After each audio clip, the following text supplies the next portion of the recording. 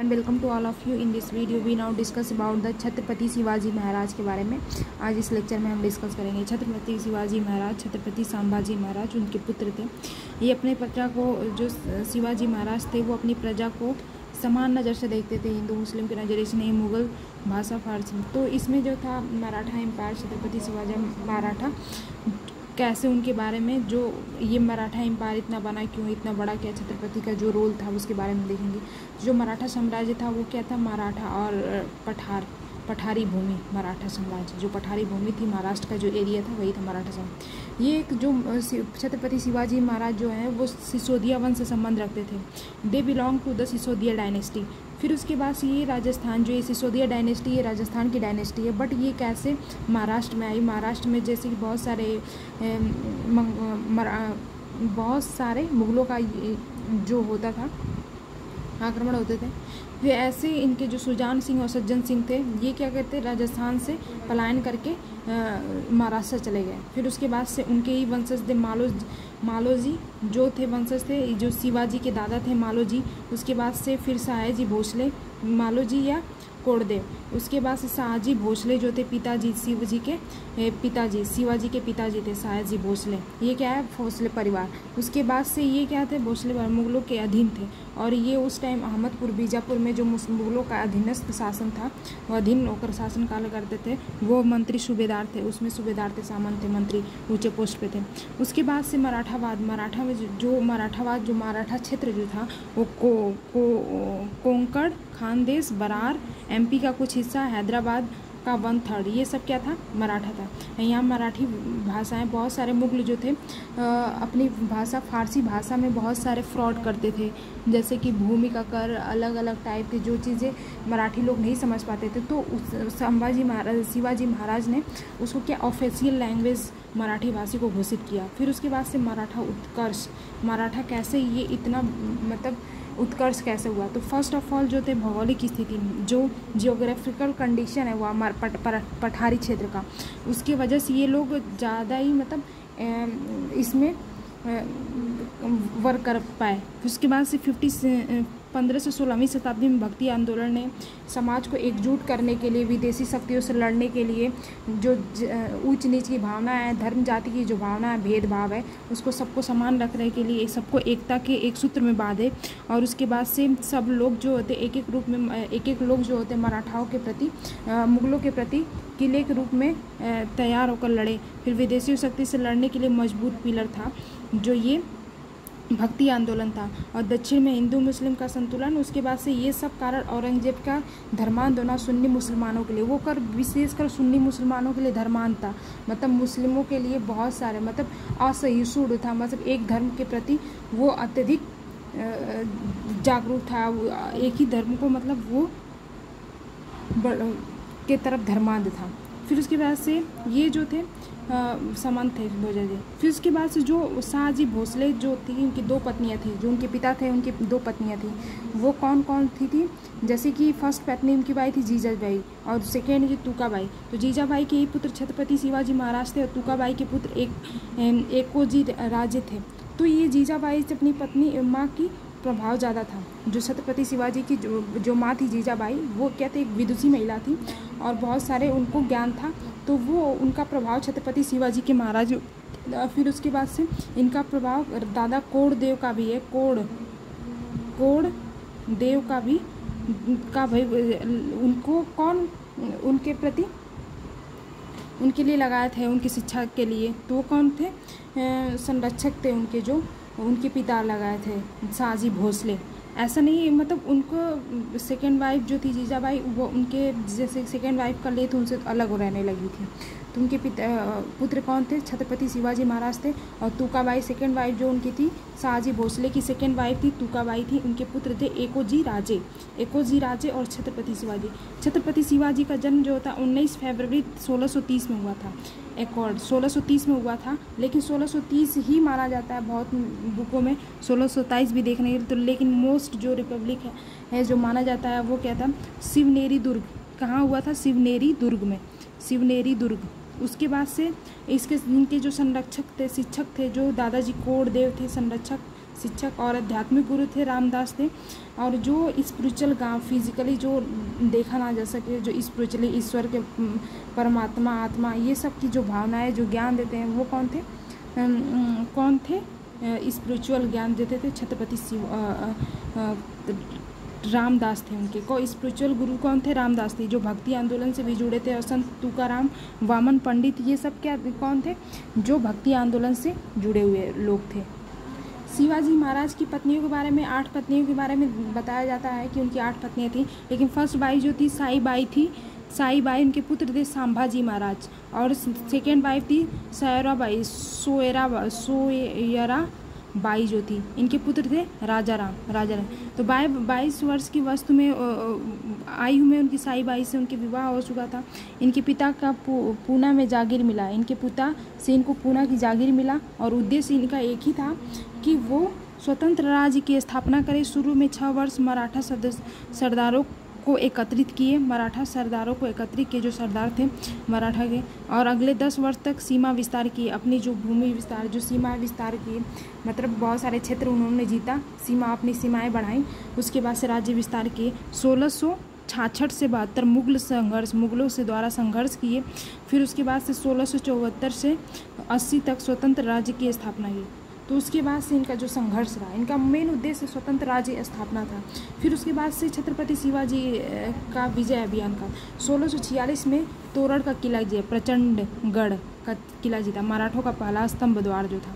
तो छोटे छोटे मस्त स्तंभ द्वार, पहला स्तंभ। पहले कौन सा जो तोरण का किला प्रचंडगढ़ जीता 1646 में। 1647 में बहुत छोटे छोटे किले भी जीत रखे थे इन्होंने। 1647 में सिंहगढ़ का किला जीता।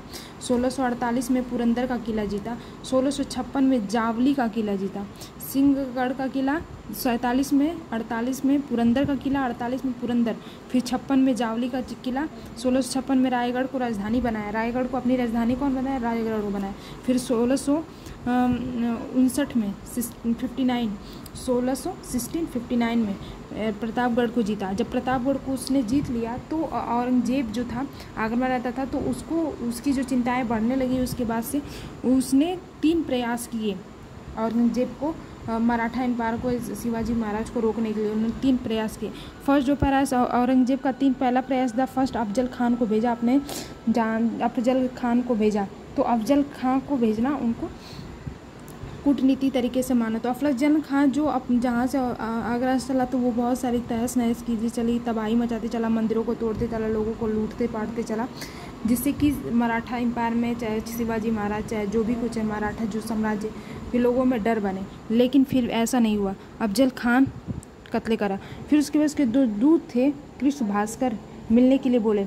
जो इसके अफजल खान का जो दूत था भास्कर के द्वारा, उसने शिवाजी महाराज से मिलने के लिए बोला।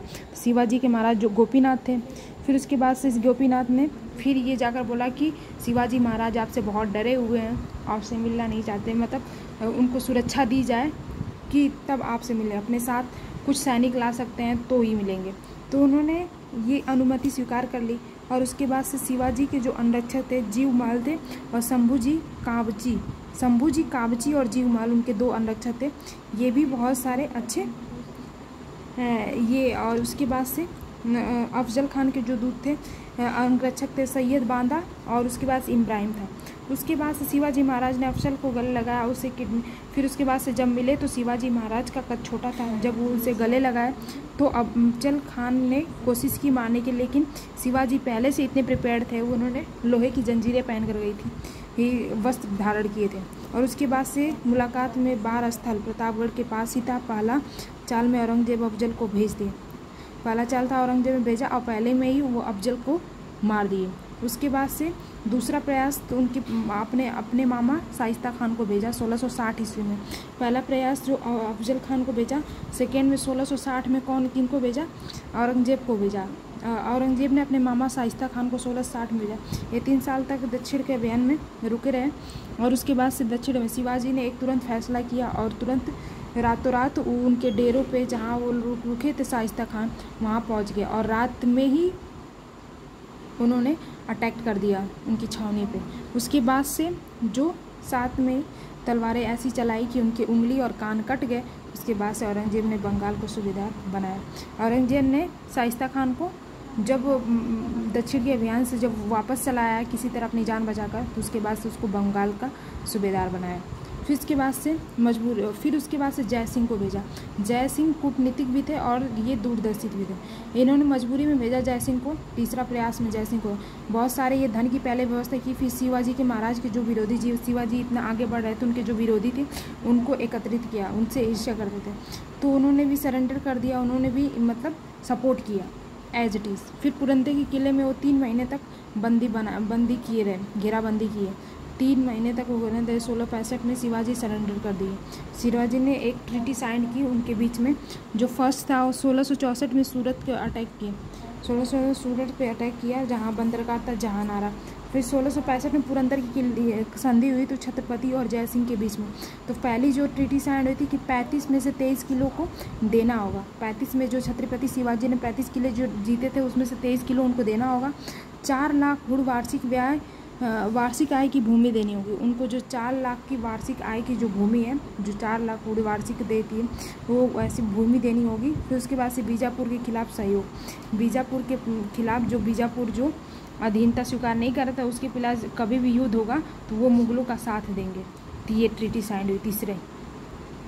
फिर उसके बाद से चौथा संभाजी मुगल दरबार में भेजे गए और उनके अधीनता को स्वीकार किया। उनके पुत्र को शिवाजी के महाराज को तो नहीं बोला गया कि उनकी अधीनता स्वीकार चाहे उनके अंडर में रहे, लेकिन संभाजी के महाराज को उनके पुत्र जो शिवाजी के पुत्र संभाजी को मुगल दरबार में भेजा गया और वो 5000 मनसब बनाए गए वहाँ पे। फिर उसके बाद से शर्त जोड़ी, एक शर्त अलग से जोड़ी शिवाजी महाराज ने कि कोंकण में 4 लाख हुड़ वार्षिक और बालघाट में 5 लाख हुड़ वार्षिक जो होगी वो जो भूमि है वार्षिक भूमि के दर से उन्होंने 13 साल तक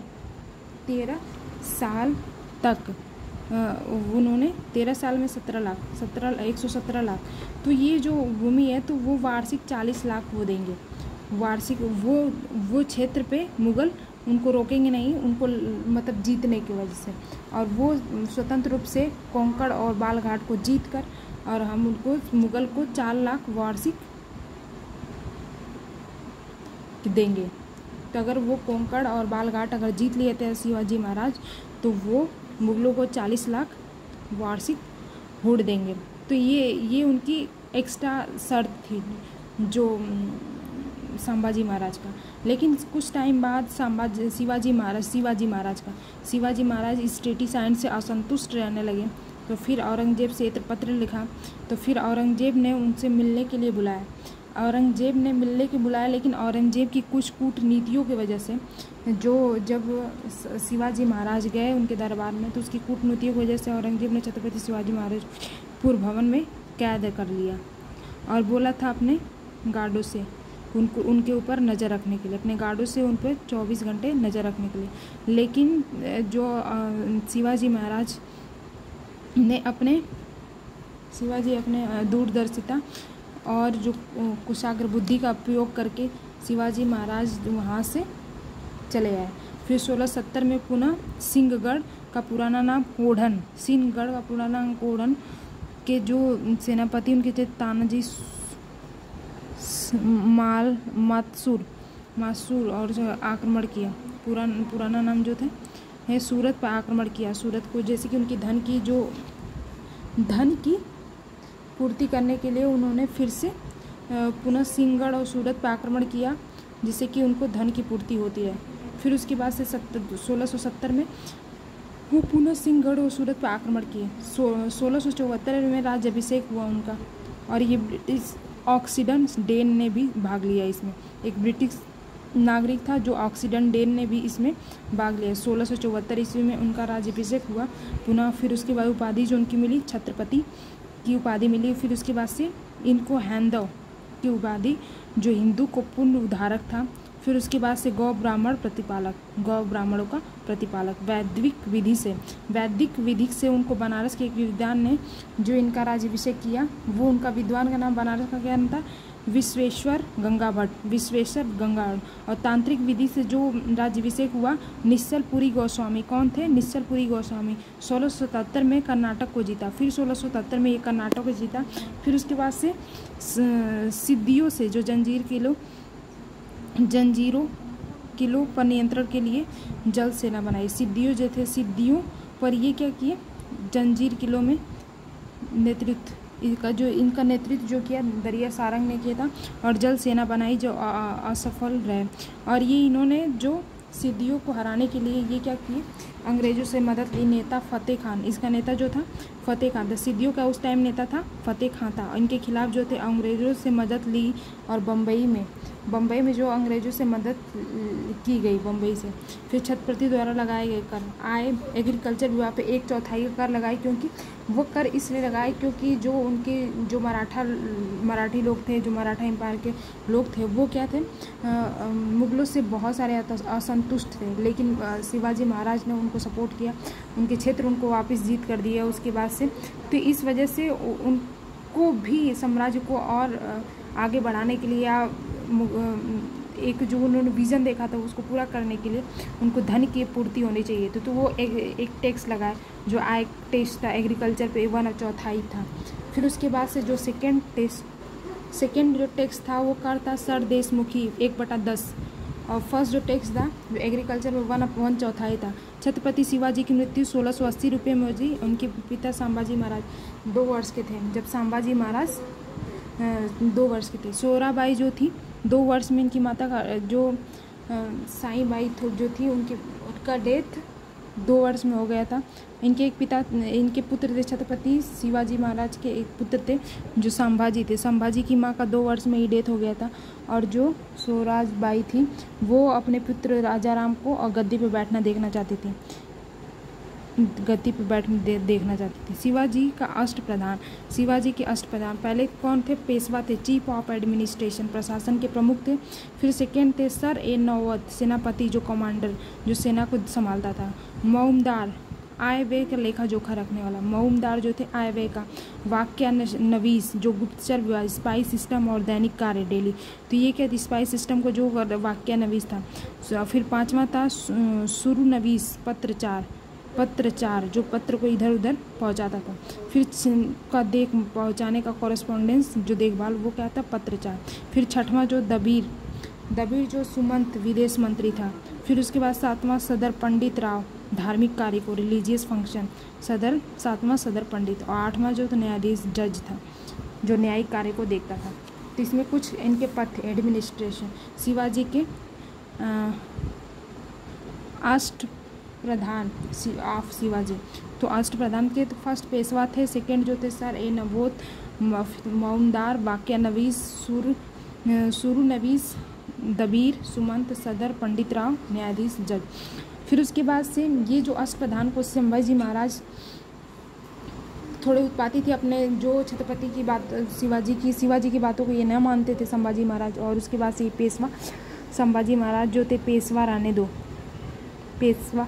पेशवा को रहने दिया बाकी और जो 7 पोस्ट थे उनको ख़त्म कर दिया और उत्तराधिकारी बने। शिवाजी के डेथ के बाद ये उत्तराधिकारी शिवाजी की मृत्यु को एक बीमारी की वजह से हो गई थी। फिर उसके बाद छत्रपति शिवाजी की बातों में ना मानने वाला ये थे। उसके बाद छत्रपति शिवाजी के उत्तराधिकारी जो बने थे संभाजी महाराज 1680 से 89 तक, 1680 से 89 सेकेंड छत्रपति थे। फिर उसके बाद से अकबर सेकेंड जो थे, इन्हीं के समय में औरंगजेब का जो पुत्र था अकबर सेकेंड जो विद्रोह किया था, उसके बाद से ये दक्षिण भाग गया था। तो वो शरण दिए लेकिन उनको वो उसकी संतुष्ट नहीं था। उसके बाद से वो फिर उसके बाद से इनके सलाहकार थे संभाजी महाराज के, वो कवि कलश थे। और 1689 में संगमेश्वर में संभाजी महाराज और उसके बाद सेनापति हमीर मोहित थे। पेशवा में नीलपंथ। उसके बाद से राजा राम वर्षे संभाजी में जीते और संभाजी को मतलब उत्तराधिकारी बनवाने में जो सपोर्ट था पहले था हमीर राव मोहिते मोहिते का था, और पेशवा नीलो पंथ, जो पेशवा थे उनके नीलो पंथ उस टाइम, तो इनका सपोर्ट था दोनों का संभाजी महाराज को। फिर उसके बाद से सलाहकार जो कवि कलश थे 1689 में संगमेश्वर में संभाजी को कैद कर लिया गया धोखे से, और धोखे कौन दिया था? गन्नोजी सिरके। गन्नोजी सिरके जो थे उनके क्या थे? येसुबाई, संभाजी की पत्नी जो येसुबाई के क्या भाई थे, और उनके भाई बहन के पति थे, उनके बहन के पति थे, और कैद कर लिया। कैद कौन किया था? मुरकरब खान ने कैद किया संभाजी महाराज को, और 1689 में ही इनको डेथ हुई। बहुत ही निंदनीय घटना तरीके से मतलब इनकी डेथ की है। संभाजी महाराज को उनके चमड़ी उधरवा गई, शरीर की एक खाले उधरवा ली गई, और उनके बाद से उनकी एक एक नाखून निकाले गए, नमक लगा बॉडी पे। तो फिर संभाजी साहित्य में रुचि रखते थे। इनकी रचनाएं बुध भूषण और नखशिख थी, और नाखून की डेथ बॉडी को कुत्तों के खाने के लिए छोड़ दिए गए। बहुत ही औरंगजेब ने बहुत ही इनके साथ बर्बरता की है। ये इतिहास की सबसे बर्बर हत्या या बर्बर कहानियों में से एक है, सबसे निंदनीय। तो ये क्या है? औरंगजेब का ये शासन का शिवाजी महाराज का खत्म हो